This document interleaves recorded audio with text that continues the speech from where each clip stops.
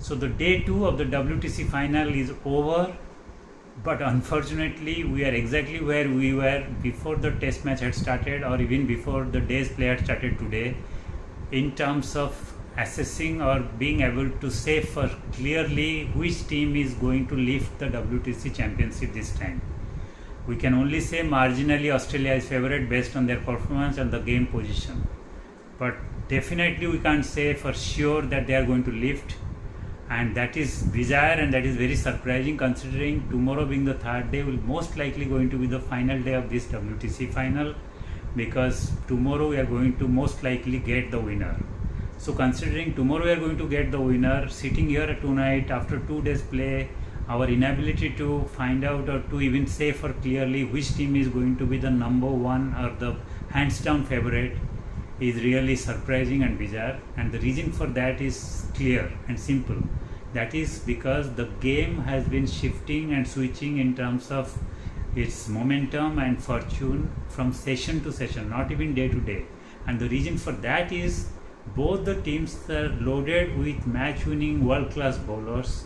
who are actually creating havoc against the opponent batsmen, and that's where the scores are becoming below par. But then with a below par total also, you are not able to estimate whether the team is actually lost the momentum, because their bowlers are fighting back and then they are reducing the opponents cheaply. So then the whole wickets falling and runs being below par, it is creating confusion about actually which team has a decisive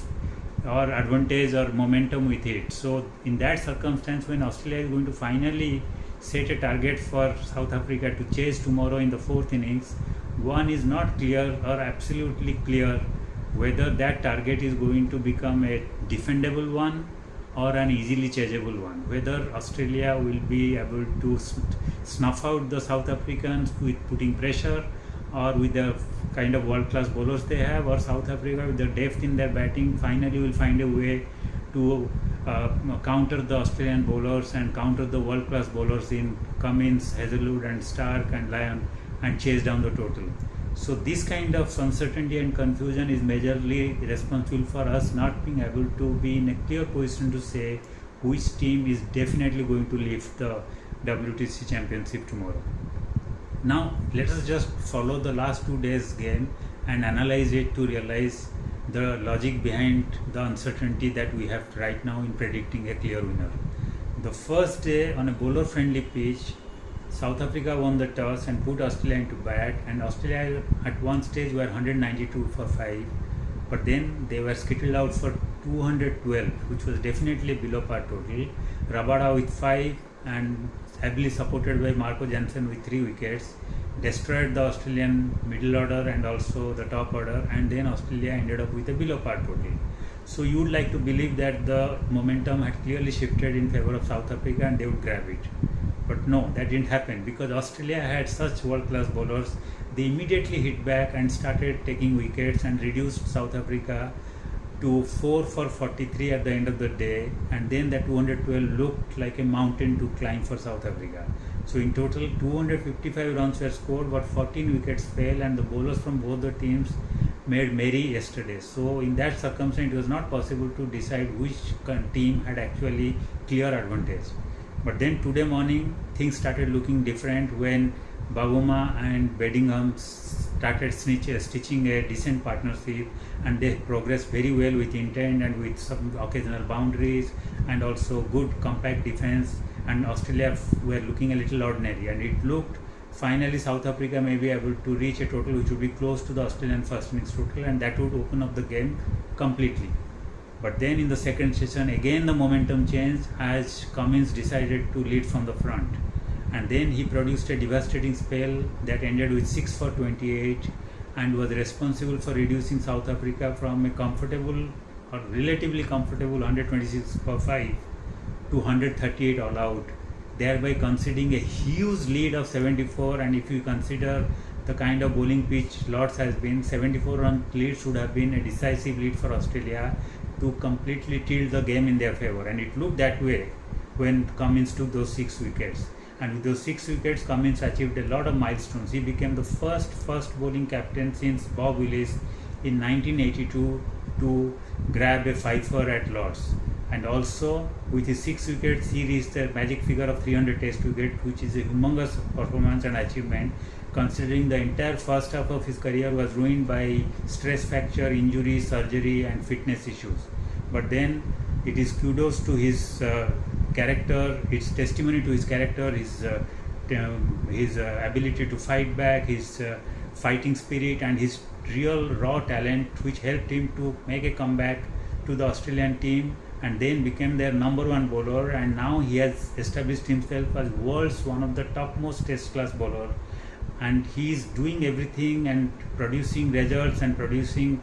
devastating spells even with the pressure of captaincy, which is not an easy task. So kudos to him for his tremendous feat, not only in the match but throughout his career. And today's feat ensured that he single-handedly helped Australia achieve a 74 runs huge lead in the first innings. That made them the favourites. But when Australia came to bat, then the momentum again shifted because Rabada and co started bowling brilliantly. Rabada produced a brilliant opening spell to take 2 wickets to reduce Australia to 2 down for almost nothing. Then Lungi Nigiri took over to take 3 wickets, and in the presence and great company of Marco Jansen and Mulder, they reduced Australia to 73 for 7, and all the advantage of that huge 74 runs lead looked like frittering away because Australia had not even reached 100, and it looked they could easily fold for less than 100, and that would give a